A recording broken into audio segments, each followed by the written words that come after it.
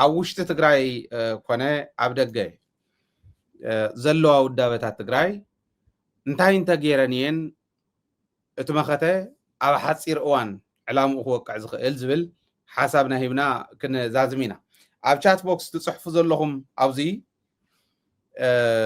ابزيون ريتهاو مغنياتو صلاه زوافروم سبات اللو ابدغ ودابታት ንምፍራስ ማለት እዩ صلاه زوافሮም አዲስ አበባ የምንየው ተም አዲስ አበባ ዘለው ዘዋፈርዎም ዝርዝር ሓይልታት ከቀምጠልኩም እየ እዚአቶም ከመይ ጌሮም እዮም ከትግራይ ክብትኑ ዘለዎም ዝብል በደንብ ጌሮም ዲስከስ ጌሮምሉ በደንብ ጌሮም በዕላማውን ዝሓዝዎ ስለዝኾነ ከቀምጠልኩም እየ አነ ኣብ ክልተ ዝኸፍሎም صلاتي ናይ ደገ ይኹኑ ናይ ውሽጢ ኣብ ክልተ እዮም ዝጠቃለሉ ኣብ አብይ አሕመድን ጉጅሉን ዝሓዘ ጉጅለ ባንዳታት ናይ ትግራይ ዝሓዘ ጉጅለ ኢለ ዝቕምጦም ግን ቃል በቃል ዝላእኽዎም ግለሰባት ይኸልዕሉ ውዳበታት ይኸልዕለልኩም ሓደት ጂኤስቲኤስ ዝቐንናሉ ስለዝኾነ እቲ ኻሊ በገንዘብ ዝግዝኡ ናይ ማሕበራዊ ሚድያ ነጠፍቲ ኣብ ደገ ዘለው ዘተሓባብሩ እዮም እዚ ሕዚ ከም በሓዱሽ بدنب عميم وخم زلت صلاي زريكم صلاي ودابتاتنا زفرس صلاي حدنتنا كم عبي فتنا غير زريو نمنتايو زبل انت تردينا حدنتنا انت استيمنا نيوكليرنا وننا لنا مالك ناي تግራይ نيوكلير نسي حدنتنا انت استيمنا اب حصير اوان دليتنا خم النساخه بفلا يتمثل عرس وسان انو كل غزي كم الناس ساخو عسل زفلت صلاتي نتا مثل عرس وسان حزب تግራይ كيترغاغص لك والقايت بحال كل على كله معراب تግራይ بحال كل على كله او خزو زي يخول حيل سلازلو ابين بتينو حيلنا يمسلكم اب دوب تግራይ اب سمين معراب تግራይ اما خلاي زخونه حنفشفش اما قله زخونه حنفشفش ننو علو بعفار ون زخونه حيلي انت ايز قبر زلو انتلكم او عفار زوفر حيلي ناي شفت حيلي تحس سمعوا وزنوركم نتግራይ كبده زخل حيل سلازلو يكون عقم تግራይ ግን كبتن خيل አዲስ አበባ ዝንሄ ናይ ፖለቲካ ይኹን ወታደራዊ ምንቅስቃስ ዝመርሕ ዘሎ ሓይሊ عقم هاللي تግራይ ክስዕር ይኽእል ኢሎም ሓሲቦም ኣይኮነ عقم تግራይ ግን ክብትን ይኽእል ዕላማ ጸላእቲ ሓድነት ትግራይ ምብታን عقم تግራይ ምብታን እዩ عقم تግራይ እንተተበቲኑ ጸገምና ስቃይና ይናዋሕ ስቃይና ጸገምና እንተተናዊሑ ንስደድ ንሓመም ንጠምን ሞውት ተስፋ ንቆርጽ ንግዛእ ናብኣቶም ናው ኢዶም ንኸይድ ተዕላማ እዚአን ምስኻዕ ስለ ደቡብ ትግራይ ዝሓስወሎም ዝብትነሎም ኣበይ መዲዎም ዘለው ዝብል ነጊርናኩም ኢና ኣብ ዝሓለፈታ ናይ ጻድቃን ኢልና ዘልዓልናያ እዚኣ ያ ድሕሪ በዓል ጂኤስቲኤስ ዝፀውዕዎ ዝገበርዎ ጻውዒት በዓል ሳሞራ ዝገበርዎ ጻውዒት እዚኣቶም ኩሎም ተደሚሮም ኣብዘን ሕዚ ዝነግረኩም እየን ክውዕላ በዓሎም ዝፀውዕዎ ስለ ዝኾኑ ማለት እዩ ሓዝኑ ብደንቢ ሕዚ ኣብ ሽድሽተ ግንባር ዝምቀል ሰራዊት ዘይብሎም ሽድሽተ ግንባር ክንሕዚና ይብሉ ወላ 10 ሰብ ገይሮም ይመድቡላ ኣይእትዎምን ንምንታይ ተዕላማ ሓይሊ ትግራይ ምብታን ስለ ዝኾነ እዚኣ ተዕላማ ኣብ ዓላ ግንባር መጋለ ግንባር በራሕለ ግንባር ኢሎም ትናይ ዓፋር ቦዝ ይመቕልዎ እሞ ታሕታይ ወሪዶም ሰቆጣ ግንባር ኣበርገለ ግንባር ኢሎም ናይ ደቡብን ናይ ተንቤንን ይመቕሉ እሞ ጸለምቲ ግንባር ኢሎም ናይ ሰሜን ምዕራብ ይሕዙ ተወሰነ ማእኸላይ ትግራይ ገዲፎም እዚኦም ይሕዙ ማለት እዩ እዚ ማለት ዓቅሚ ትግራይ ምብታን ማለት እዩ ተዋጊኦም ስለዘሽንፈ ይኮነን ሓደ ኣብነት ሰራዊት ትግራይ ዘይተዛረቦ መሪሕነት ትግራይ እውን ዘይተዛረቦ ከልዕለ እየ ክግደድ እዩ እዚዩ ምክንያቱ ተገይሩ ስለ ዝኾነ ኣብ بعفار كأتو خلو بزحلفة شدشت جاغانو خسئنونا خلو بعفار كأتو خلو بسقوطاتن كوسانيرو بسلمتتن كوسانيرو تكويسم تاع حبيلكا غويايو كالي تامر يكونن نمنتاي حيل تግራይ ናብ ሓደ خيحسب مو خيدمي ترجم زلوو لوط خيمص منتان እዚ ናይ ጸላእቲ ትናይ ጸላእት ዕላማ እዚ عقم يبلومن يترف دب كالوت زلو عفار زلوون عقم زلو ما يكون بتون حيلي عقم زلو مسيلو جنبارات بزحنا سلازولو حيل سلازلو ما يكون أنا ملص يزلو تحدث يوم نافذ ملص نافذبي ناف سراويت ملص ناف سراويت بوليس دالي بوليس كومو كغيرم ملو منغست تግራይ كومو زي عينت عدل فطير له عقم يبلومن አዲስ አበባ ዘሎ عقم يبلومن عفار ዘሎ ተዋን ዓላማኦም ግን ንበቱን ሓይሉ ናይ ትግራይ ነና ወሓዮ ስቃይ ናይ ትግራይ ከምቱ በረባራ ክዝበሎ ጠላታችን እንዳበለ ስለዚ ንገረው ይጸላእትና ኢሉ ዝጽዋዓና ዘሎ በረባራ ሕማቅ ታሪክ አመወዳእታ ብርጋኖም ሕማቅ ታሪክ ይሰርሕሎ ሕዚ እንታይ ንግበሪ ናብዚ አደመጽዮም ተንውዳበ ሰለስተን ሕዚ ታናይ ንወጻሊ ሆማ ዘሎ ራብዒት ትኾነላ ማለት ታናይ ውሽጢ ውድባት ዝሓዘ ስካዕብረት ምግዛእ ምሽባረ ውሽጢ ከተማ ፖስተራት ምልጣፍ ከለመለ ዝሰርሕ ከም ዘሎ ኮይኑ ተናይ ሓራ መሬት ዝበሃል ማንም ዕትሮ በዓል ወደን ጥሩ ዝመርሕዎ ካሊእ ኮይኑ ካውቱ ናይ ዲዲአር ኢልካ ሰራዊት ናይ ምብታን ተስፋ ዓለም ሕደጎ ዝመርሑ ሳልሳይ ኮይኑ እዚኦም ኩሎም ተሪኢኹሞም ዓቕሚ ትግራይ ምብታን ተረዲና እዮም ዘለና ሓቂ ሕዚ ተራብዒትን ዳያስፖራ ሊኢኹማ ዘለዉ እውን ዳያስፖራ ዓቕሚ ምብታን ንምንታይ እዮም ክብትንዎ ናይ ዳያስፖራ ዝብል ከቕርበልኩም ጠቕላላ ናይ 4 ውዳበታት ኢንክሉዲንግ ታናይ ዳያስፖራ ሕዚ መዲቦማ ዝኔው እዚአን ዋና ታርጌተን ሓይሊ ትግራይ ንበትኖ እዩ ለኩም ኣለኹ ዓቕሚ ረኺቦም ይቃለሱናን ባንዳ እውን ክቃለሰ ይኽእል ሞራል የብሉን ዓቕሚ እውን የብሎም ታይዳ እዩ ናይ ትግራይ ዓቕሚ በቱ ዝበልኩም ደረጃ ምብታን ኣብ ዳያስፖራ ዝመፀት ሕዚ አክቲቪስታት ዘለውዋ ተንተንቲ ፖለቲካ ዝበሃሉ ድሓንሽም ዘለዎም ዘለውዋ ብገንዘብ ዝግዝኡ ዋላ ናይ ካልኦት እውን ማለት ፈረንጂ እውን ይተረፈ ዘለውዎ እዕርኽቶም ከምፁ ማለት ተጀሚራ እያ በዓል አሌክስ ደዋል ጀሚረማ እዮም በዓል ትሮምቮል ጀሚረማ እዮም ማእኸላ ቦስተን ጌራ ሙሉጌታ ጫልቱ ዘለዎ ረኽቢ ምስ በዓል አሌክስ ደዋል ምስ በዓል ትሮምቮል ምስ በዓል ካልኦት ተጠቂሞም አክቲቪስታት እውን ዝኾነ ሽማሽም ዝነበሮም እውን ጠራኒፍካ ኣብ ደገ ዓቕሚ ዘለዎ ምምሳል እዩ ልክዕ ከምቲ በረባራ ክዝብሎ ዘሎ ኣውዲእዎም እዩ ነዞም ቆልዑ ግን ኣወዲኦኩም ኣይበለን በቃ ጅግንነት እዩ ከፊልኩም እኒኹምስ ሓትኩም ቀቲልኩም መፂኹም ኢኹም ሞ የዒሲ ዝብል ዘሎ እንታይ ከፊሎም መፂኦም ክንደይ ተወዲኦም ግን ዜር ይፍለጦ ንሕና ይነግርን ጽባሕን ጎወፂ ከመይ ገርኩም ዘርድኦም ቤተሰቦም እውን ሓተቱ እዮም ባይዘ ወይ በረባራ ኸይደ ወደንጥሩ ኣብ ደገ ዝኔው ግን ኣስተውዒልና ንኽይድ ክብል ዳያስፖራ ንምንታይ እዮም ዓሊሞም ኢኮኖሚያዊ ድጋፍ ከይገብር ዳያስፖራ ትግራይ ሓደ ፖለቲካዊ ዲፕሎማሲያዊ ድጋፍ ከይገብር ዳያስፖራ ትግራይ ክልተ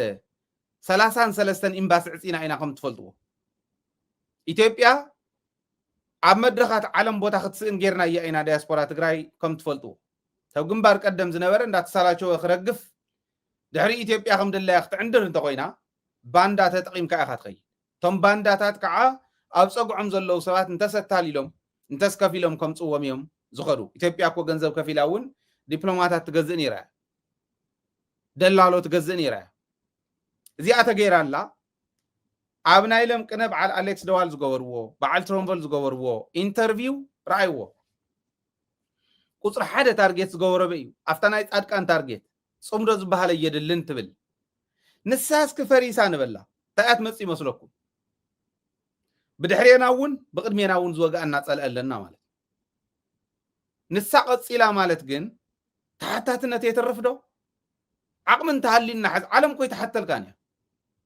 ቅልጽም ካይ ዝሓቶ ፖለቲካዊ ቅልጽም ኢኮኖሚያዊ ቅልጽም ዲፕሎማሲያዊ ቅልጽም ወታደራዊ ቅልጽም እዚኦም እዮም ክሓትዎ ዝኽእሉ ንጽባሕን ግሆ ኣሎ ኢልና እንተቕሚጥና ከዓ ትሕቶ እንታይ እዩ ዝኾን ብምንታይ ዝውዳእ ናብ አይሲሲ ቅረብና እያ ንኤርትራ ንበል ንኢሳያስ ጎቲትና ናብኡ ቅረብና እየ ንበሎ እንታይ ይኸውን ካሕሳ እንዲኾን ካሕሳ ይኾን ሚድየት ክንገብረኩም እዮም ክብሉ በዓል እንተስ በዓል መኒኻ ትብሎ ዝሕዚ ኦባሳንጆ ድዮም ክመፁ በዓል ካልኦት ድዮም ክመፁ ይንፈልጥ ግን ዘይሩ ካሳ ይኽመጽ ኤርትራ ኣብዚ ሕዚ እዋን I don't know ማለት እንተ ገለጽና የኻሊእ ኮይኑ ስለ ዝመጽእ እንተ ዘይኮይኑ እንተ ነኣሰ 1,000 ኪሎ ሜትር ኣብ ጎንና ኣብ መንጎና ዘሎ ሰላም ንግበሮ ዝብል ካብ ኤርትራ ምምጻእ ምኽኣል ዓብይ ነገር እዩ ካብኡ ቀፂሎም ዝመፁ ተመውዝየ ብደደቢት ነልዕሎም ዝነበርና እውን ኦኬ ሕቶኹም ከምዚኣ ጌርኩም ኣቕርቡልና እሞስ ከፊልና ንረኣዮ ዝብል ካብ ኤርትራ ምምጻእ ማለት ዓብይ ነገር እዩ ስለዚ ትጽምዶ ክነቕጽሎ ኢና እንዲና ንብል ኣለና ዝነኽኦ ንዑ እንደልን እንዲና ንብል ዘለና እዚ ኣኸፍርስዋ ኣለዎም ማለት እዩ እዞም ጸላእቲ ከፍርስዋ እንተኮይኖም ጻድቃን ይጥቀሙ ካልኦት ይጥቀሙ በዓል ሙሉጌታ ጫልቱ ንበዓል ትሮምቮል ኣምፅኦም ንበዓል ኣሌክስ ደዋል ኣምፅኦም መን ከም ዝውዕጥ እንታይ ዝብል ነረ ማንትለን ገለን ገይሩ መሲሉ መን እንታይ ከም ዝውዕጥ ክትርእይዎ ኢኹም ይብል ነይሩ ሕዚ ሪሰንትሊ ምስ ዝኾኑ ናይ ትግራይ ዩቱበራት እናገበሮ ዝነበረ ኢንተርቪው ኣሌክስ ደዋል ትርጉም ይረዳእና እሞ ንትግራይ ረብሓ ኣየና እዩ ኣየናይ መዓዝ ይግበር ዝብል ፕራዮሪቲ ውፂና ምኻድ ንኽኣል ክብል ደልየ እዚኣ ተዓባይ ነገር እያ ካልኣይ ትግራይ ብኢኮኖሚ ደረጃ ዓርሳ ዝኸኣለት ኣይኮነት ባጀት እውን መሊስዎ ኣሎ ትርእይዎ ኣለኹም ወረዳታት ባጀት የብለንን ሕዚ እንተ ክኢልናሉ ቅድሚ ሕዚ እውን ዘቕረብክዎ ነይሩ ኣነ ኢኮኖሚስት ኣይኮንኩን ኢኮኖሚስትስ እውን ክነቕርብ ኢና ግን እመኑኒ ወረዳታት ንኽልል እየን ዘቕርባ ክልል ናብ ወረዳ እዩ ዘቕርብ ፕሮሲጀር ይፈልጦ እያ ኣነ እዚ ዘቕርብ ዘለወን ገቢ ዝገብራ ናብ ክልል እዩ ፌደራል ዝኾና ትካላት እውን ናብ ፌደራል እየን ተሸሊሞም እውን እዮም እኮ ዓበይቲ ትካላት ኣብ ትግራይ ዝውንኑ ፌደራል ከይዶም ተሸሊሞም እዮም ኣብ ትግራይ ባንክታት እንተይተረፈ ቅርሺ የለን ምባል ጀሚረን ኣለዋ እቲ ባጀት እውን ኣትሪፍዎ ኣሎ ልክዕ 2013 ዝግበር ዝነበረ እዩ ዝገብር ዘሎ ከም ናይ 2013 ኣይኮነን ሕዚ ኢና ክንብሎም ዘለና እንታይ ምድላውና ሓድነትና ርዲኢትና ኣብቲ ፖለቲካ ደንበርበር የለን ሕዚ ሚድያ ኣለና ደንበርበር የለን ውዳበታት ኣለዋና ነጥንክረ ንሰን ኣሌክስ ደዋል ክዛረብ ከሎ ብእንግሊዝኛ ንመልሰሉ ክንምልሰሉ እውን ኢና ኣብ ቀረባ ትሮምቮል ክመፅእ ከሎ ብእንግሊዝኛ ንመልሰሉ ንዕኦም እውን ከማ ኣብ ውሽጦም ዝኒሄ ዝባራዕ ዘሎ ሓዊ ኣይኮነን ዝረኣዮም ዘሎ እቲ ገደል ሓሊፍካ ዘሎ ሳዕሪ ዘሎ ቆፅሊ ይረኣዮም እሞ እቲ ገደለ ይርእይዎን ዘለዉ ኢለ እየ ዝሓስብ ኣነ ኢትዮጵያ እንተደሊና ከምዙ ኣብ ሽግ ትፈልጥ እንተኾንካ ወይ ብጥዋፍ ንወሎ ሓዊ ቃፂልካስ ክተቃፅሎ ትኽእል ምዃንካ ዘይፈልጥ ሓዊ ዝሓዝካ ምዃንካ ዘይፈልጥ ዓሻብ ኣሎ ኣብ ጥቓኻ ዘሎ ሓሰር ንዓኻ ክፃወተልካ ዝኽእል እንድሕር ኮይኑ ተሓዊ ሒዝካስ እንታይ እዩ ክቃፀል ዝኽእል ኢሎ ማዕድዩ ክርኢ ዘይኽእል ንወሎ ኢትዮጵያ ከምኡ እያ እኒሓ ኢኮኖሚኣ የሽቆልቆሎ ኣሎ ይወድቕ ኣሎ ትመንእሰይ ሕቶ እኒሄዎ ኣብ መንጎ ኦሮሞን ሶማልያን ኩናት ተላዒሉ ኣሎ ኣብ መንጎ ዓፋርን ዒሳን ኩናት ኣሎ ኦሮሞን ኣምሓራን ኣዲስ ኣበባ ምስ ኣተው እንታይ እዮም ክኾኑ ኢልኩም ሕሰቡ ኣምሓራ ብሕጂ እውን ሕቶ ኣቕሪቦም ኣለዉ ናብ ትግራይ ንሕና መንበረ ሰላማ እውን ጠርንፉና ንዓና ሰላም ኣቦና እዮም ናይ መጀመርያ ጳጳስ እዮም በዓል ኣባ ኣብርሃም ናይ ኣብይ ሰሚዖም ዝዓወድዎ ንዓና ይውክልን ኢሎም ካህናት ኣምሓራ ሓቲቶም ኣለዉ በዓል ጀነራል ተፈራማ እሞ ኣምሓሩ እዮም ሓቢርና ኢና ንቃለስ ሰሜነኞች ለማጥፋት ነው እየመጣ ያለው ይልካ ኣለዉ ኤርትራ እውን ዝነበረና ፀገም ነስተኻኽል ትብለላ እንታይ ኢትና ንሕና ዳ እዚ ሒዝካ እታ ትባራዕ ዘላ ዓዲ ስግኣት ኮይና ትካስ መሬትካ እህጊርካ ትነብረሉ የለን ዋንስ እንተ ሒዝናያ መሬትና እንተ ሒዝና ድሕሪኡ ናበይ ንኸይድ ፕላን ገይሮም ክፀንሑ መራሕትና በዚ ኣጋጣሚ ከቕምጥ ደሊ ከም ዝገብሩ እውን እተኣማመን ኣብ ውሽጥና ዘሎ ጥንካረ ኣብ ውሽጢ ትግራይ መሬት የዝብ ዘሎ እዚ ሒዝዎም እምበር ፈትዮምና ከይመስለኩም ስለዚ ተመዲውኩም ዘለኹም ቱ ሰነድ በፂሕና ኣሎ በፂሕና እዩ ኣብ ኢደይኒ ከም ተመደቡ ተኣኺባ ተኣኪቦም ጻድቃን ብኦዲዮ ዝተሓወሰሉ እውን በፂሕና ኣሎ ካብ ደደቢት ዘምልጥ የለን ጻድቃን ብኦዲዮ ተሓዊሱ أو جن virtually تحوسهم تم بأكل تأكلون تأكلهم نأكل تواهيلهم عبوستن بسياتل وزي تواهيلهم تمديهم له ما أخلهم بوستن غير إذا جينا بيد ناس لازم صحيح مونو دايسبورا تقرأي النجرة سلزلنا حزي صباح نقول إذا يلهم كم تخلوا نتو جيس زخونة أجام زخونة تحسسوهم نعوز متن ملسن مهاب ودابتاتنا تناخيرنا خمس نحن كل الناعية توانا تاين تنود دابن أي من أسي ود دابن يرنايو نتناخر ناي تقارل تودابة ناي دكرستيان دكتوعتيون ناي دكرستيان حفشاون نيرناي ناي نقادو اوكي ببخوابي يزولو ناي دياسبورا ولا ناي ميديا ون ودابة هاتنا تناخرنا نصنح زمت امانوني فلكت قبل يغلن حيلنا سراويت راح يكون ننزل لكم زلو اوف كورس سراويتم بفلي تدال نمنتاي كوينات كترف جن والات بوليتيكا ومريحنته ون حدا غزي سلا زي نجر سق كبلو خلو زي اللي يمسلنا مورالنا بدنبي تهانيصو بغمزيو تدالينا خنصنح خنكللنا مدلاونا بوليتيكا ومدلاونا ناي بودا بدرجه مدلاونا بزي درجه خون خلل وزو الامنتلني بكونفيدنس ينا نقالسو كنحمق يبلنا صلاتنا حماقات سلازخونو ጨካና ስለዝኾኑ ኢና ንብል ዘለና እምበር ኣብ ትግራይስ ምንም የለን ስቂሎም ታ ወንበር ዝርኡ ሰባት እዮም ንየውና ኣይኮነን ኣጀኹም ኣይትጠራጠሩ እዚ ማለት እዩ እዚዩ ታ ዝፈልጣ ይዛረብ ዘለኹ ጽዋሕ ንጎውን ጎደሎ ኮይና እንተ ተረኺበ ኣነ ስለዝውቀስ እንታይ ርኢኻ ኢኻ ኸም ኢልካ ነርካ እንተ ተባሂለ ክምልሶ ዝግባአኒ ክምልስ ስለዝኽእል እየ ሕዝቢ ኮንፊደንስ ዛረቦ ዘሎ እዚ ተኣማሙን ፈትዮሙና ኣይኮነን ጸላእትና ገዲፎሙና ንዩ ንሽትለን ጭሩ ስለዝወሎም ታይ ጭሩ ኢልዎም ጽዋሕ ንጎንሪዮ እንተኾነ ሰላምና ክመጽ ምንም ተይተታኾስና ተዘይ ኮይኑ ግን ሓንቲ ጥይት ናብ ትግራይ እንተተኩይሶም ኢትዮጵያ ትበሃል ሃገር ትፈርሰሉ ሰሙን ይኸውን ካውን ላዕለ ኣይወስድን እመኑኒ ማንም ለይማን ክትንትኖ ዝኽእል ነገር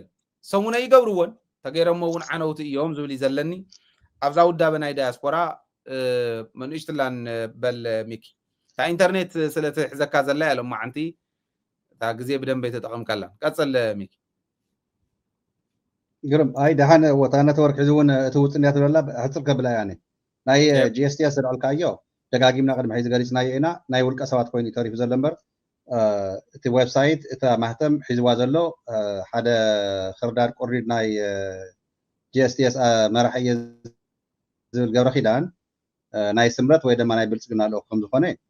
እዚ ትግራይ ሞላ ወፃኢ ነብ ደገን ኣብ ውሽጢ ነብ ደገን ዘለካ ክትፈልጦ ትኽእል ኣለካ ናይ ጂኤስቲኤስ ኣቦወንበር እየ ዝብል ገብረ ኪዳን ኣብ ጀርመን ዝነብር ምስ ብልፅግና ዝሳሰ ዝውዕል ዘሎ እዩ እዚ ምንም ጥርጣሬ የብሉ ማለት ናይቶም ስምረት ኣባላት ናይ ንጌታቸው ናይ ንጻድቃን ጥራይ ዘይኮነስ ናይ ብልፅግና ልኦ ኮለ እዩ ሶቲ ብጣዕሚ ዝሕር 3 ሰዓት ካብ ሕዚ ድሕሪ 3 ሰዓት ሚስጥር ክወፀሎም ይባይዞ ወይ ሚስጥር ድሕሪ 3 ሰዓት ዝልቀቕ ቪድዮ ኣሎ ተሰቂሉ ስለዝኾነ ኦረዲ ክሪእዎ እዮም እንታይ እዩ ገይሩ በኣዲስ ኣበባ መፂ ዝብል ክሪእዎ እዮም ቀፅለለ ወይ እንተ ኣብ ድሕሪኻውን ክውስኸሉ እየ ትብሎ ዘለኻ እዎ ኣይ ንስታይለን ኣነ እውን ወስ ዘብላ ዘለኹ እዎ ምክንያቱስ ትጉድ ንፈልጦ ኢና ስለዚ ህዝቢ ትግራይ ግን በቋራጭ ያነ ብሓፂር ዝብሎ ዘለኹ ገብረኪዳን ዝበሃል ሓደ ቁርዲድ ኣብ ጀርመን ከፊሉ ምሁራት ተጋሩ ዓለም ለኸ ሰማያታት ተጋሩ ምስኡ ከም ዘለዎ ትፈልጥዎ ትክእል ኣለኩም ኣብኡስ የለን ኢድና የለን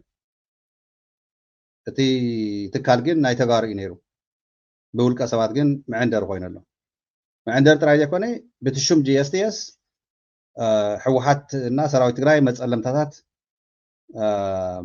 ከምኡ እንዳጋጣሚ እውን ሃይል ሓወይ እቲ ኮኔክት ዳት ክንገብሮ ዘለና ንየማነ ቅድሚ ሒዚ ደጋጊምና ዝልዕልናዮም ንዶክተር ተካ ኣብቲ ናይ ኣይ ካንት ቢ ሳይለንት ዝበሃሉ ግሩፕ ፓርቲ እዩ ዝቆልዓ እዚ ዝወዲ እዚ ኣብ ጀርመን ከፊሉ ማለት እዩ ኣብ ኣዲስ ኣበባ እንታይ ይገብር ተመላሊሱ ኣሎ እውን ድሓን ከም ዝበልካዮ ባዕልካ እውን ትገልፀ ኢኻ ኣብቲ መደባት እውን ክመፅኡ ትቐንዲ እቲ ቪድዮ ዝበልካዮም እና ከምዚኦ ዝሪኦ ናይ ጂኤስቲኤስ ኣብ ጂኤስቲኤስ ዘለው 45 ዝኾኑ ውልቀ ሰባት ከመይ ገይሮም ምሁራትን ዓለም ለኸ ሰማያታት ትግራይ መሕፈርቲ ኮይኖም ከም ዘለው ማለት ከስታውሰኩም ይደሊ አንቱም በተለይ ዓለም ሙሉእ ዘለኹም ምሁራትን ሰማያታት ትግራይ ኣይምጥረናን እዚዩ ጂኤስቲኤስ ከኣን ወይ ሪፎርም ይግበር ወይ ከዓ ጠቕላላ ነዚ ሰብ እዚ ወጊዝና ተመምሱ ዘለው ሓሻኽር ዶክተር ሰሎሞን ዮሃንስ አብርሃም መኒኻ እዚ ከናዳ ዘሎ ሓደ ሓሙሽተ ዝኾኑ እዮም ዘለው ነዚኣቶም ወጊዝና እቲ ኦርጋናይዜሽን ሪፎርም ይገበር ካብኡ ትካለ ይፍረስ ኣነ ሓቀ ንሕሳብ ወሉ ተጋሩ ማለት ብተወሰኑ ሰባት ዘየለብስሉ ኮይኑ ትሕገደም ዓለሲ ንሕር ከም ትሒሶም ሞ ክንስርዞ ክንክእል ኣለና ቶም ውልቀ ሰባት ከም ዝገበረሉ ክልዓል ጥራይ ዘይኮነስ ክስርዞ ዝጠቕላላ ንኽእል ንዘለዓለም እውን ኣብ ዝኾነ ናይ ምሁራትን ሰማያትን ትግራይ ተሳታፍነት ከይረኽቡ ክውገዙ ክኽእል ኣለዎ ምክንያቱስ ከምዚ ጌርካ ናይ ትካል ናይ ተጋሩ ምስ ናይ መጨረሻ ብሄራዊ ክሕደት ዝፈፀሙ ኣካላት ንትግራይ ከጥፉ ተወጊሱ ዘሎ ፀላኢ ምስ ተሰሊፍካ ከምዚ ምግባርካ ብጣዕሚ ዝገርም እቲ ናይ 6 ግንባር ከዋፍሩ እዮም ዝወርካዮም ቶም ሸፋቱ ዝገረመኒ ሲ እታ ናይ ፀለምቲ ያው ናይ ሽረ ግንባር እንዲኦም ድማ እታ ናይ ብርሃን ኣገው ተንቤን ግንባር እዮም ለማ ዘለዎ ብተከዘ ካብተን ናይ ዓፋር እውን ፀዊዕካየን ኣለካ ከም እንዳጋጣሚ ብቀዳማይ እውን ዕለ ነይረን እየ ግን ሲ ሓደ ክልተ ዝኾኑ ለያው ድዮም ሲኢኖም ናይ ሽረ ግንባር ናይ ራማ ግንባር ናይ ዛላምበሳ ግንባር ዘውፁ ሕቶ እያ እዚኣ ማለትስ ኣብኣተን ናብ ኤርትራ ቦር ሚትኻ ዘለኻ ኣብ ፀለምቲ ዝነበረ ሓደ ወዲ ኣትዩሲ እዮብ ዝበሃል ምስ ሻለቃ ሓድሽ ዝነበረ እዩ ማለት ብደንብ ፈገግ ይበልሉ ንሽትላን ፍሽኽ በሉ ዳእዮም ዝብሉና ትግርኛ ፈገግስ ትግርኛ ኣይኮነን ይብልዎ ገሊኦም እሞ ፍሽኽ ክነብለኩም ኣብ ፀለምቲ ዝነበረ ኣትዩ ሓደ ድሓር እቲ ሚስጥር ይነግረና ሻለቃ ሓድሽ ናይ ፀለምቲ ግንባር ኣዛዚ ኢሎም እዮም በቃ ዘዘራርብዎ ኢንተርቪው ክገብሩ ወሪኢኹም እንትኾንኩም ሻለቃ ሓድሽ ኣነ ዘይናቶ ይዎን ኣብቲ ሕሉፍ ፀረባንዳ እዩ ነይሩ ፀረባንዳ ዝበሃል ውዳበ ነይሩ ቀደም ከራቢት ዝነበሩ ብወያነ ፀረባንዳ ኮይኖም ሽፍታ ማለት እዩ ባንዳ ማለት ኣብቲ ግዜ ማለት እዩ ፀረባንዳ ክብል ከሎ ፀረ ሽፍታ ማለት ፀረ ሽፍታ ዕጥቆም ፍሉጥ ቀዊዖም እውን በዝኾነ ቡላ ባርኔጣ ነይረንኦም ሒዞም ዝኸዱ ብጣዕሚ ተኣምረኛ ዝኾነ ሰብ እዩ ነይሩ ባይዘወይ ሸፋቱ ዘፅረየ ሰብ እዩ ፅምብላ ኣስገደ ፅምብላ ማለት እዩ ፍሉጥ ሰብ እዩ ነዚዩ ሹም እዮም ተጠቂሞምሉ ኣብዚ ናይ ሕዚ መኸተ እውን ሓቂ ንምዝራብ ዓበይቲ ተጋደልቲ ዝነገሩኒ መራሕቲ ኣዘዝቲ እውን ዝነገሩኒ ኣብ ሽረ ከባቢ ዓበይቲ ግንባራት መሪሑ እዩ ትወዲ ኣብቲ ናይ ደባይ ውግእ ዝግበረሉ ማለት ብጣዕሚ ብከምኡ ፍሉጥ እዩ ሕዝታይ ገይሮሞ ስለዚ ኣመንዎ ናይ ገዛ እሱር ገይሮሞ ኣብ ማይ ፀብሪ ኣብ ዝኾነት ፎቅ ይነብር እሞ ኢንተርቪው ክንገብረካ ኢና ንዓይሎም ኢንተርቪው ይገብርዎ እታ ኢንተርቪው ምስ ተለቐቐት ምስ ወድኡ ወሲዶም ናብ ኣይሽክዕዎ ናይ ገዛ እሱር ገይሮሞ እዚኣ እቲ ዝመፀ ሰብ እዩ ዝነግረና ዘሎና ብጣዕሚ ሓዚነ ከመይ ይጥቀምሎም ከም ዘለው ነዞም ሰባት እዚኦም ኣነ ቅድሚ ሕዚ እውን ኣልዕልየ ነይረ ሰብኣይ ጅግና እዩ ጥርጥር የብሉን ኣብ ዓውደ ኩናት ኣትዩ ተኣምር ዝሰርሕ ሰብ እዩ ሸፋቶም ምእራይ ሰላም ተዓዲ ብምርግጋፅ እውን ኣስተዋፅኦ ካብ ዝገበሩ ሰባት ሓደ እዩ ከመይ ገረም ይላገፅሉ ከም ዘለው ግን ራእዩ ድሕሪኡ ኣብታ ከባቢ እዛ ዓዲ ገብሩ ከባቢ ክሰግሩ ናብ ተከዘ ክሰግሩ ኣብኡ ሰራዊትና ስለ ዘሎ ጥይት ተኪሶም እዮም እታ ዓንተ ወይ ዝበልክዋ እያ ኦረዲ ብራያ ከኣትዉ ከለው እቲኦምስ በዚ ተኪሶምሎም ሓይሊ ንምክፍፋል እዩ በዚውን ኣለዉ ግዲ ክበሃል ማለት እዩ ተዕሽነቶም ከምቲ ናይ ወደን ጥሩ ዓይነት ኦቲዝም ግደልይዎም ሰራዊት ትግራይ ምዃኑ ሰይፈልጥዎ መን እንታይ ክገብር እዩ ኣበበይ ይመፀሎ ዝብል ፅንዓት ከም ዘለዎም ኣይፈለጡ ኣይተረድእዎም ትድሓር ሕዚ ተኪስና ክነምልጥ ኢና ኢሎም ኣበይ ክንደይ ተሪፎም ዝብል ንሕና ዘይንነግረኩም እውን ትድንቁርኖም ተጋሩ እንታይ ምዃኖም ተማሓቶምስ ክንደይ ናይ ዝኣክል ጥንካረ ከም ዘለዎም ዘይፈልጡ ሕማቃት ስለ ዝነበሩ ኢና ተናይ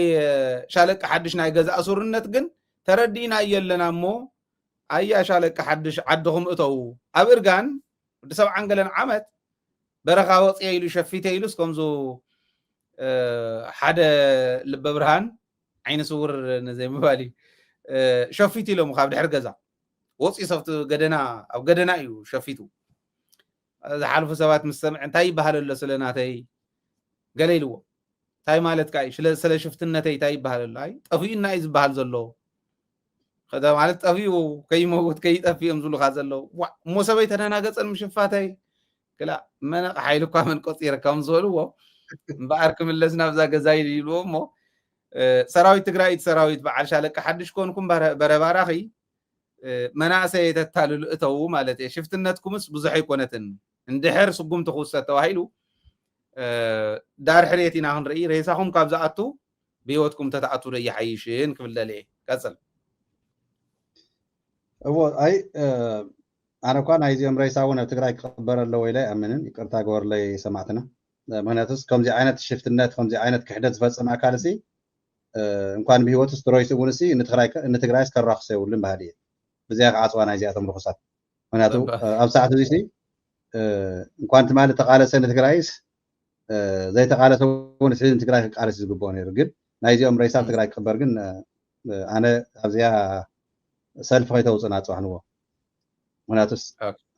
تግራይ ናይ ንጽሃት እያ ናይ ጀጋን እያ ሓዳማት ግን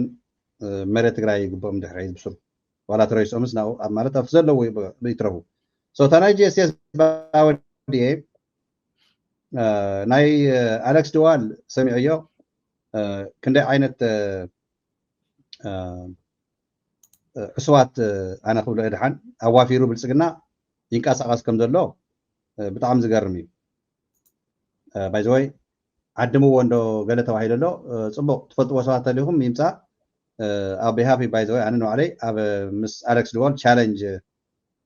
مچم صعادو بزح كرر زله تشالنج يفوتونيا كورف نيم زلو ግን I'll be more than happy انا participate ገበረኩም እዚ ማለት ተፈልጦ ወስዋት ለهم ካው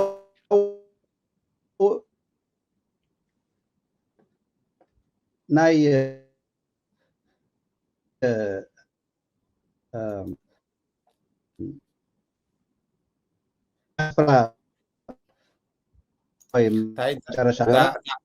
كونكشن ما وصلت كان لما عندي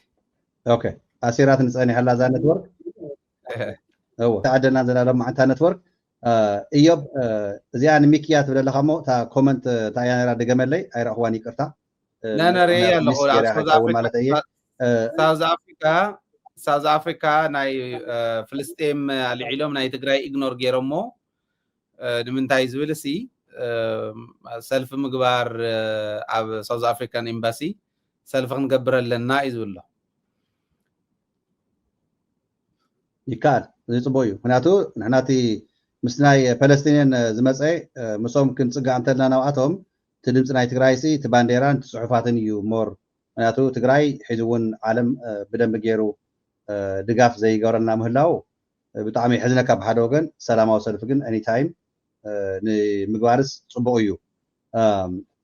ካውቲ አንቶ ሓደ ሓውና ኮመንት ጽሐፍካዮ ንሕና ህዝቢ ትግራይስ ካብዚ ኣትይዎ ዝኒሄ ዓዘቕቲ ጸላእትን ፈተውት ትግራይ ወይ ድማ ተጋሩ ኮይኖም ትማሊ ምሳና ተቃሪሶም ዝበልናዮም ምስ ጸላእት ተሰሊፎም ከጥፎና ህዝቡን ዝቃረሱ ዘለው ንሕና ህዝቢ ትግራይ ሰላም ጎስጓስ ስለ ዝኾነ ሰላም ክንብልተልና ሰላም ክንብልተልና ተሕርያትና ልዕሊ ሻዕብያስ ንዓሰብ ተገዲስኩም ዓሰብ ክትከላኸሉላ ንኤርትራ ዓይነት እዩ እቲ ሓሳብ ዘቐመጥካዮ እዚዩ ዘይተረዳእካ ምዃኑ ትግራዋይ በተለይ እንተኮይንካ ማለት እዩ ዘይተረዳእካ ምዃኑ እዩ ዘርእየና ተጋሩሲ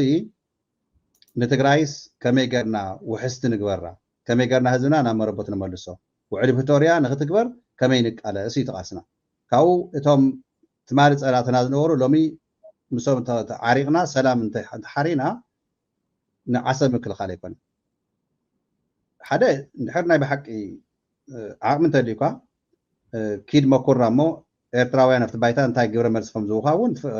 ሽዑ ንገረና ንሕና ግን ናይ ብልጽግና ብድዕ ምስ ኤርትራ እንታይ ከም ዝኾነስ ንሕና ኤርትራ ዘይኮና ክንከላኸል ንዛረብ ዘለና ምስ ኤርትራ ውግእ የድልየና ህዝቢ ትግራይን ህዝቢ ኤርትራንሲ ብሓደ ብሰላም ተማይጡ ፀገም ይፍታሕ ሰራዊት ትግራይን ሰራዊት ኤርትራን ክልቲኡ ከይዋጋእ ኢና ደጋጊምና ንቃለስ ዘለና እዚ ከኣን ውሑስ ንኸውን እዩ ዘላቒ ንኸውን እዩ ካብዚ ንላዕሊ ግን ደርገፍገፈ ይትበሉ ሓደ ሓደ ኣሕዋት ንዕ ዘይተረድእኩም ካ ተምሃሩ ፀገም የለን እኮ ብዙሕ ትግራዋይ እኒሄ ንቑሕ ዝኾነ ብስለት ዘለዎ ዝርድኦ ፖለቲካሊ ክትንትን እንተሎ ግን ብደንቢ ኖት ንሓስኩም ተትርድኡ ፅቡቅ ይመስለኒ ብዘይኮነ ነገራት ግን ትግራዋይ ንሻዕብያ ትሕግዝ ወይ ድማ ንዓሰብ ክከላኸል ይቃለስ ኣሎ ዝበሃል ናይ ቁሸታውያን ከባቢታት መቃቅልዎ ካይዳታት ግን ጌጋ ምዃኑ ዝኾነ ልቢ ተዝገብሩ ፅቡቅ ይመስለኒ ከም ተጋሩ ማለት እዩ ብሓደ ንሰለፍ ምክንያቱ ብሓደ ንሕተቃሊስና ናይ ኣሌክስ ዝበልካዮ ናይ ሰላማዊ ሰልፍታት ትናይ ዳያስፖራ ሃይለ ዝበልካዮ ይመጽእ ዳያስፖራ ከፍርስዎ ጥራይ ዘይኮነ ሰፍሪሶም እኮ እዮም ክንስ ዘፍረስዎ ውዳቤታት ከመይ ገርና ሕዚ ከም ብሓድሽ ናብ ጥርናፈ ናብቲ ውዳቤታትና ንመለስ ኢና እምበር ንጻድቃን ንጌታቸው እንታይ ዓይነት ርሕቀት ከይዶም ከምዚ እንዳጋጣሚ ኣብ ሲያትል ናይ መተስዓ ወይ ድማ ዩትና ዘውዓልናየ ለዘበን ኣብ ዝሓለፈ ዓመት ኣብ ደንቨር ኮሎራዶ ከይዶም ዝነበሩ ኣሕዋት ናውጉዕን ነይሮም ንሕናስ ብጣዕሚ ሓዚና ኮይና ሚኪ ጌታቸው ሲ ቃል ብቃል ሰላማዊ ሰልፊ ከይትወፁ ኣየድለና እንድሕር ሒዙ ምስ ተዛረበ ደንጊፅና ኢና ኢሎም ቃል ብቃል ሰላማዊ ሰልፊ ከይትገብሩ ኣድቮኬሲ ዲፕሎማሲ ከይትሰርሑ ኢሉ ነጊርዎ ደንቨር መፅኡ እንዳሃለ ዝለካ ዘሎ ኣብ ስልጣን እንዳሃለወ 6 ፖሊስ ንሓደ ፖሊስ $80 ብሰዓት ዓጀብቲ ሂወቱ ፀገም ከይመፅኦ ኢልና ናይ ተጋሩ ገንዘብ ጌርካ ብክብሪ ተቀበሎ ህዝቢ ትግራይ እዚያ ትሰርሑ ዝነበሩ እዮም ስለዚሁ ከመይ ገይሮም ናብ ውሽጥና ኣትዮም ብተጋሩ ገይሮም ቃልስና ንክፈርስ ከም ዝሰርሑ እቲ ናይ ዳያስፖራ ሓይሊ ግን ሓደ ግንባር እዩ ነይሩ ከም ትፈልጦ ኣብ ኩናት ግዜ ካብ ዜሮ ተበጊስና ናብ 4 ግንባር ሰራዊት ትግራይ ኣርምታት ተኺልና ኢና ነርና 4 ግንባር ሓምሻይ ግንባር ናይ ትግራይ ተቃላሳይ ተባሃለሉ ዳያስፖራ ትግራይ ነይሩ ሓምሻይ ግንባር እዚሁ ብምንታይ ተዋግዩ ብኣድቮኬሲ ብዲፕሎማሲ ብሰላማዊ ሰልፊ 15 ግዜ ናይ ዓለም ሕብራት መንግስታት ኣኼባ ኣካይዶም ብዛዕባ ትግራይ ጥራይ 15 ግዜ 32 ኤምባሲታት ናይ ኢትዮጵያ ዕፂና ኢና ናይ ኣሜሪካ ሃይዋያት ክንዕፁ እንተለና ሃይለ ፖሊስ ናይ ኣሜሪካ ከይኣስረና ብውሕልል ዝኾነ እናተማያየጥና ብውሕልል ዝኾነ መገዲ ኢና ከይድናዮ ኣብ ሲያትል ተዓፅዩ ኣብ ሎስ አንጀለስ ካሊፎርኒያ ተዓፅዩ ኣብ ዋሽንግተን ዲሲ ናብ ክልተ ከተማ ዝወስድ መስመር ናብ ቨርጂኒያ ናብ ዋሽንግተን ዲሲ ናብ ኤርፖርት መስመር ዘተሓዘ ዓፂና ኢና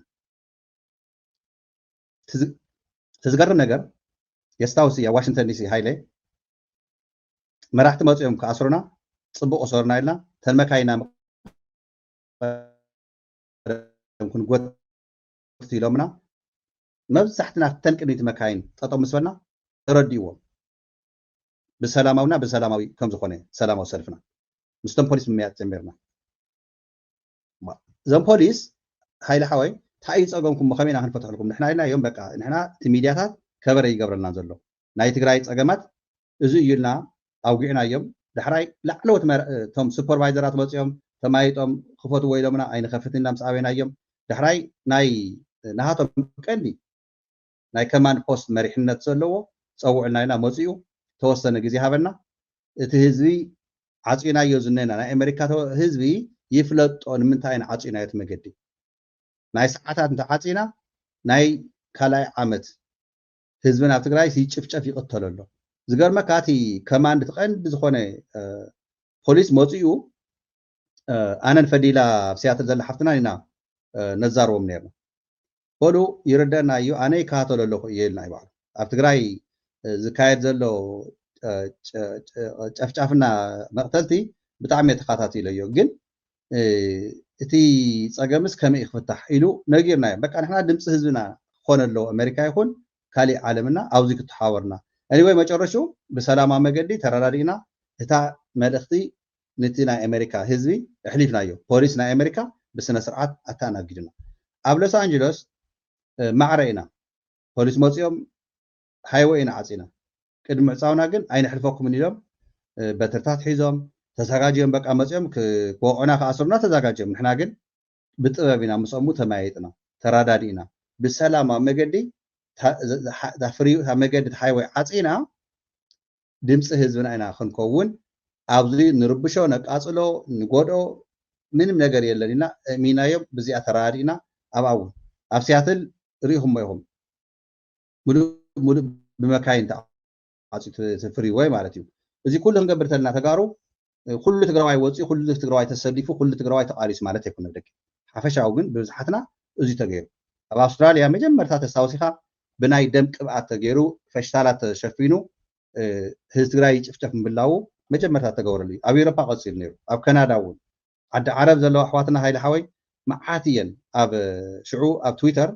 ሪትዊት እናገበርና ፕሮግራማት ሒዝና ዓበይቲ ቃልሳት ተካይድና እዚዩ እንታይ ዓይነት መሓውር ከም ዘለዎ እየ ክገልፅ ደሊ እዚ ዳያስፖራ በተለይ እቲ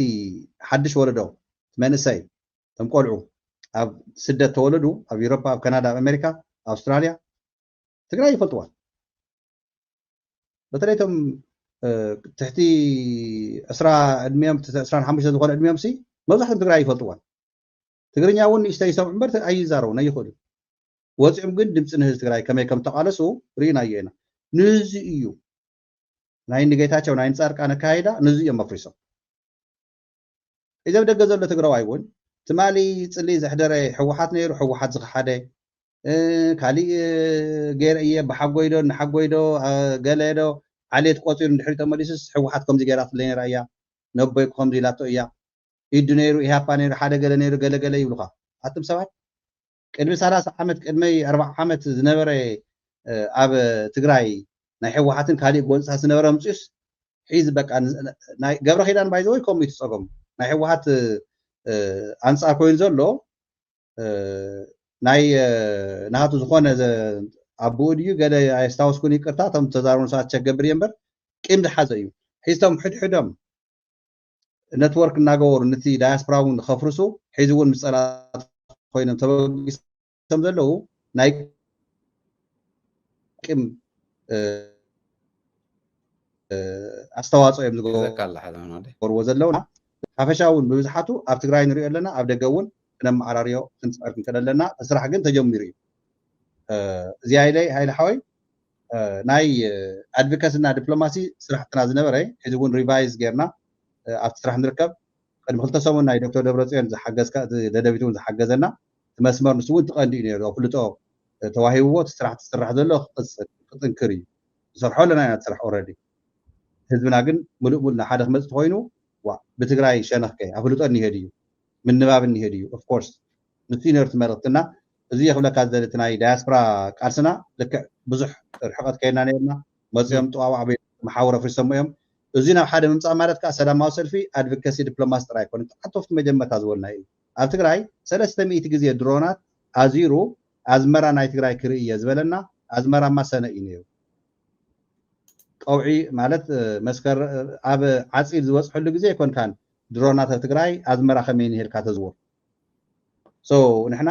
እንድሕርኩም ዚ ኮይኑ ዳያስፖራ እንድሕር ውደብን ከለና ካነየ ጽባሕንጎ ዋ ሙታይራ አንገበር ኩሉ ግዜ ጥራይ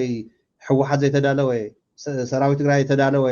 እንታይና ወይና ከሉ ጽባሕንጎ ወይስ ተዳሊና ተወዲብና ክንጸንሕ ተዳሊና ክንጸንሕ ትዘልየና ነቲ ሰራዊትና ዘልዮ እንታይና ክንዕጥቆ ኢልኩም ሕሰው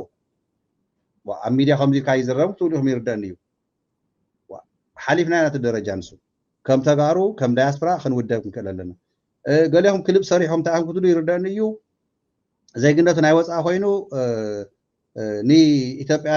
ድሮናት ንኸውቅዕ ከምዚ ተዛሪቡ ኢልኩም ክትዛረቡ ይርዳን እዩ ንህዝቢ ትግራይ ዘውሕስ ንህዝቢ ትግራይ ዘድሕን ንሱ ኢልና ኢና እውን ጽምዶ ምስ ህዝቢ ኤርትራ ጽምዶ ምስ ህዝቢ ኣምሓራ ጽምዲ ምስ ህዝቢ ዓፋር ካልኦት እውን ትርኺና ኸይና ናይ ገድሊ ኮይዚ ንድሮናት ኢትዮጵያ ከውቅዕ ወይ ከነውቅዕን ጥራሕተ ይኮነስ ደቕዓ ኳዕ ክነብለን ባብስሩ እዚ ሲ ኸይብሉ ክሊፕ ከይሰርሖ ይኮነን ተዋና ታርጌት ድሮናት ንህዝቢ ትግራይ ክወቅዓ ዝኽእላ ድሮናት ካብ ኢትዮጵያ እንተመፅየን ኣየራት ካብ ኢትዮጵያ እንተመፅየን ኣብ ሰማይ እንዳሃለዋ ከቃፅለን ዝኽእል ነገር ኢና እንደሊ ሕዚ እዩ ግልፂ እዩ እዚ ሲ ዘስክፍ ነገር የብሉን ኢና እየ ዝብለካ ዘለኹ ምንም ዘሰክፍ የብሉን ተሰራዊትናስ ፀረ ድሮን ፀረ ኣየር كحز كخل له أنت غيلو نساتن ون كحزن كخل له وي تأير كسكف غلي الدرون جن بزح ز سكف يكونه سلازي درون زوننا صار درون زوننا صار أير زوننا عدلايز بهال كله أسوار إثيوبيا أخذ حزت تغل أنا عالم تكنولوجيا زفرية كله سراوي تقرأي كحزنا يقدن يو الكائن غنقر زلوا ولكن قال لي يكون قد إمكانه حلقه خيط سددي بهال حلقو 8 زبال له قطر زعبي فلط حلقو الله دي الا نكاون توع عليها مست مقاطم تخا قطم انت خوين باس انت خوين كن حلكون من تاي سدد كالي أي بال عالم زفريتو تكنولوجي كله خنتقمنا يقدن سلازغونه نعون مغبار كعخنو ودب سلازلنا ولا كوميونيتي محور كابا أقباب زي مرح خاص دورة سكن من تاي صبيق زي مرح واحد ود وردن من تاي صبيق زي مرح تقراي كو خطو ليتغل تمرحتك كاله صبيق كامر حيو أنا قوقس مورال لن زي ميديا زي خيو ودق أبا علي ون ديبند خوينو ولا بدو ما زي كات بلي خوص أي هز تقراي سكعزر داي لممسأي كما ياتنا كوميونيتي ون تناي محبرات ون تناي ودابتات ون حيز صبوي ناي منغس توكلتو ون تناي ادفوكاسي دبلوماسي لنوركا توكيلوم يوم كوصون يوم ميدياتات كوصي يوم توكلو بسرعه بيت امباسادرات ون نيو يوم تدياسبورا ون بوتزنورو ودابخر كللو تتولو زنوركا سغات زيبلنا اينا غن كنزارو زلن انا خومي ليزا كغطم زدلي توقعنا اخا خمزيلكا غلطاتي لزفرح انت حليو غنا يتردون زلن انتاي كون كم زخل مالت لازم منغست تግራይ ህዝቢ ትግራይ ንሕና ወነንቲ ድሮናትን ጸረ ድሮንን ክንኮነለና በዓል ማይክሩብን ዘውጽዎ ዝነበሩ ኮዚ ኮይ አሜሪካ ሲ ስትራቴጂ አትቀይሰብ ቀርና አፍሪካ ድሮን ክትዕጥቅ እንተ ኮይና ንሰራዊት ትግራይ ትዕጥቆ ኢልኮ በደባባይ አርቲክል ጸሐፈ ሰብ ኮይ ናይ ምንትን ንፈርሕ ንሕና ስለዚ ስጋት የውልን ከምኡ ኢሉ ዝሰርሕ እንተሃሊስ ጽቡቅ እንደም ቆሪጹ ፕሮሞት ይግበር ራእይ ይኽብለካ ሚኪ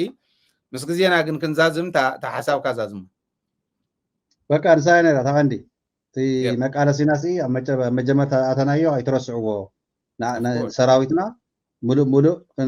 ክንልብም ተኮይና ሙሉ ቃነየ ክንድግፈውን ከለለና ክንዛጋጀውን ከለለና አንጻር ድሮናትን ቀደቀት ድሮናትን እቲና መከላከል ህዝብና መከላከል ሰራዊትና ሙሉ ዕጥቂ ከዓጥቅ ከለሎ ይخبل እየ ንዚሲ ኩሉ ግዜስ መንግስት ትግራይ ዘይሰርሑ ሕወሓት ዘይሰርሑ ኢልና ወቀሳ ጥራይ ዘይኮነ ኣብ ተግባር ንግበር ረባዕና እውን ማለት እዩ ኤግዛክትሊ ታሕዝን ሰርሓ ዘለና እኮ ሓንቲ ኣብነት እያ